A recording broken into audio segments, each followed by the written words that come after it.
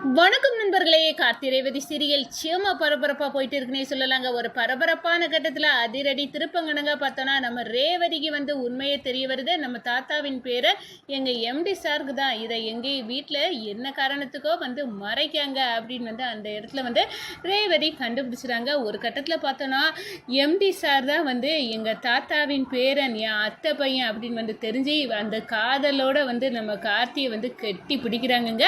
அதை வச்சு தாங்க இந்த வீடியோக்குள்ள பார்க்க போறோம். அதுக்கு முன்னாடி சேனலுக்கு லைக் அண்ட் சப்ஸ்கிரைப் பண்ணுங்க ஃப்ரெண்ட்ஸ். பக்கத்தில் இருக்க பெல் ஐகானையும் கிளிக் பண்ணுங்க. அப்பதான் நான் போடுற ஒவ்வொரு வீடியோவும் நோட்டிபிகேஷனா உங்களுக்கு கிடைக்கும்.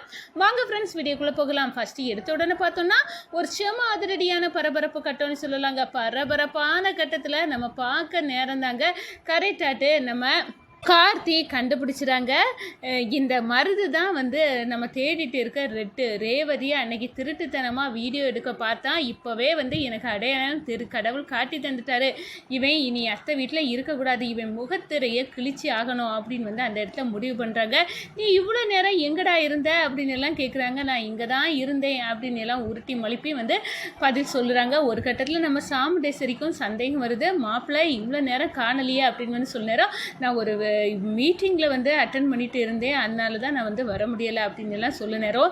இதுவே லாஸ்ட்டாக இருக்கட்டும், இப்படி உருட்டி மழுப்பி நீங்கள் ரேவதி காலத்தில் மாலையை போடுவீங்கன்னு நான் காவல் இருந்தேன், ஆனால் இதுலேயும் நீங்கள் ஏமாற்றிட்டீங்க. என் பொண்ணு காலத்தில் நீங்கள் தானே போடணும்னு இருந்த மாலையை அப்படின்னு எல்லாம் கேட்க நேரம் நம்ம சாமுண்டேஸ்வரிக்கும் கோபம் வருது.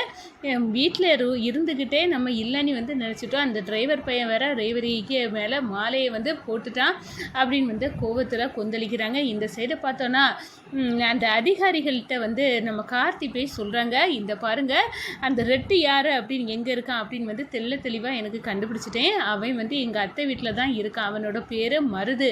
அவன் என் அத்தையோட பொண்ணை கல்யாணம், என் மனைவியே மறுபடியும் கல்யாணம் பண்ணிக்கலாம் அப்படின்னு அங்கே இருக்கிறான் அப்படின்னு அந்த இடத்த சொல்ல நேரம். என்ன சார் சொல்கிறீங்க? ஆமாம், என் மனைவிக்கு பழசெல்லாம் மறந்துட்டு ஏற்கனவே எங்கள் 2 குடும்பத்துக்கும் பகை இருந்து, எங்கள் குடும்பத்துக்கும் மாமா குடும்பத்துக்கும் பகை இருந்து இதை சாக்கவுக்கா அத்தை பயன்படுத்தி இப்போ என்னையோ என் மனைவியை பிரிச்சிடலாம் அப்படின்னு பழச மறந்தனால அவளுக்கு கல்யாண வாழ்க்கை ஞாபகம் இல்லை.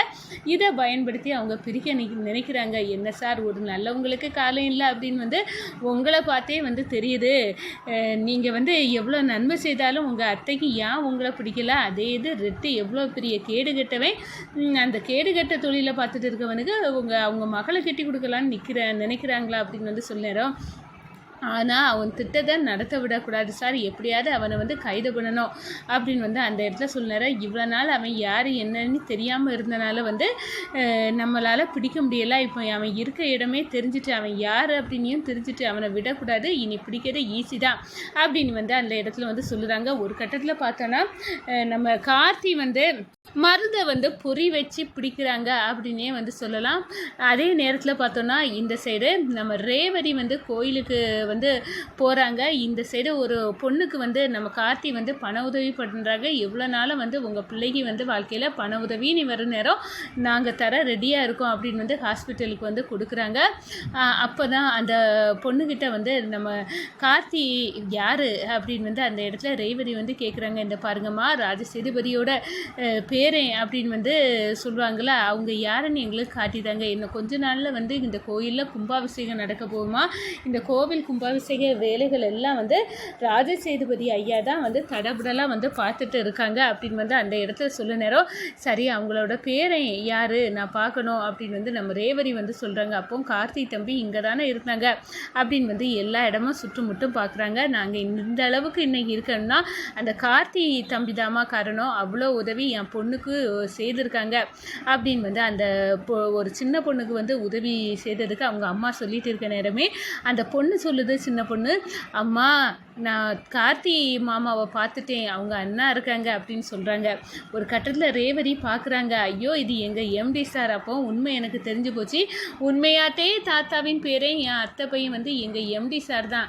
அப்போது எதுக்காக வீட்டில் ஒருத்தன் கார்த்திகேயன்னு அம்மா சொல்லி அதை தான் அத்தை பையன்னு சொல்லி அவங்களுக்கு என் கழுத்தில் தாலி கட்ட பார்க்குறாங்க. ஒன்றுமே தெரியலையா அப்படின்னு அந்த இடத்துல அரண்டு நிற்கிறாங்க. ஒரு கட்டத்தில் பார்த்தோன்னா ரேவதி மறைமுகமாக மருதுவை விசாரிக்க ஆரம்பிச்சிட்டாங்க. அப்போ தான் அவன் உண்மையான பேர் மருது, அவன் கார்த்திகேயன் இல்லை அப்படின்னு வந்து அந்த இடத்துல தெரிய வருது. எம்டி சார் தான் தாத்தாவின் பேரன் அப்படின்னு வந்து தெரிஞ்சிடுது. நம்ம கார்த்தியை போய் கட்டி பிடிக்கிறாங்க, காதில் சொல்கிறாங்க, நீங்கள் தான் எங்கள் தாத்தாவின் பேரனா, நீங்கள் எங்கள் அத்தையோட பையன் அப்படின்னு வந்து அந்த இடத்துல வந்து சொல்லி கட்டி பிடிக்கிறாங்க. உண்மையெல்லாம் தெரிஞ்சு போச்சு. எந்த காரணத்துக்கோ தெரியாது, வீட்டில் ஒருத்தரை கார்த்திகேயன்னு சொல்லி என்னை கல்யாணம் பண்ணிக்க வற்புறுத்துறாங்க.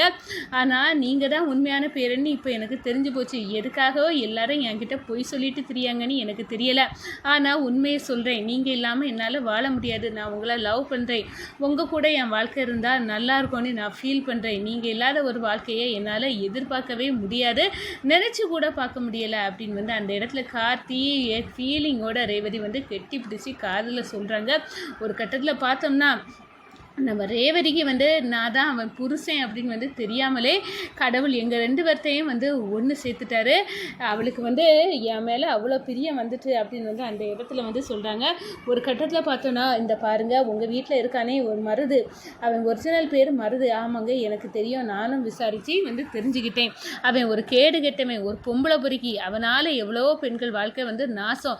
அப்படிப்பட்ட ஒருத்தன் தான் அந்த மருது. அவனை பிடிக்கிறதுக்கு அதிகாரிகளானாலும் எவ்வளவோ போராடுறோம். அந்த போராட்டத்தில் நீங்கள் ஹெல்ப் பண்ணால் சரியாக இருக்கும். நீங்கள் அந்த மருத்துவ பிடிக்கிறதுக்கு உதவணும்.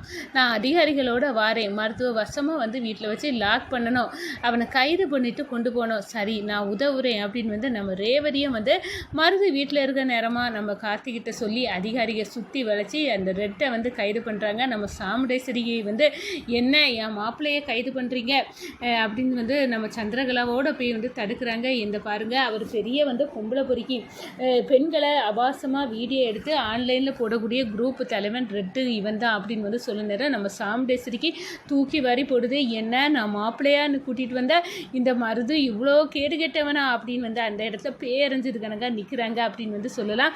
ஒரு கட்டத்தில் பார்த்தோன்னா நம்ம சாமுண்டேஸ்வரியை ராஜராஜா வந்து ஒத்த அடி போடுறாங்க. என்னடி நீ வந்து ரேவதிக்கு மாப்பிள்ளை பார்க்கேன் அப்படி இப்படின்னு வந்து கேடுகெட்ட வேலையை செய்ய பார்த்திய, இந்த மருது மட்டும் ரேவதிக்கு வாழ்க்கையில் வந்திருந்தா என்ன ஆகியிருக்கும். நல்ல வேலை இப்போவும் நம்ம பொண்ணை மாப்பிள்ளை தான் வந்து தடுத்து நிப்பாட்டினாரு.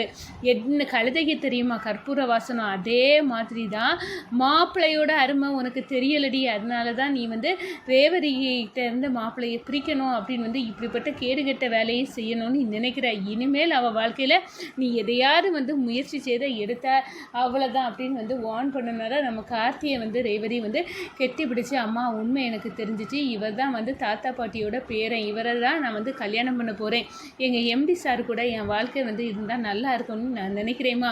நான் அவர் கூட வாழறதுல என்ன தப்பு இருக்குது, நானும் அவரை சேர்ந்து வாழ போகிறோம் அப்படின்னு வந்து கட்டி பிடிக்கிறாங்க. இதை பார்த்து சாக்காவே நிற்கிறாங்க நம்ம சாமுண்டேஸ்வரி. இது எப்படி சாத்தியம், ஆனால் மருது இவ்வளோ நம்மளை ஏமாற்றிருக்கான் அப்படின்னு வந்து அந்த நினைப்புலையும் நம்ம சாமுண்டேஸ்வரி நிற்கிறாங்க.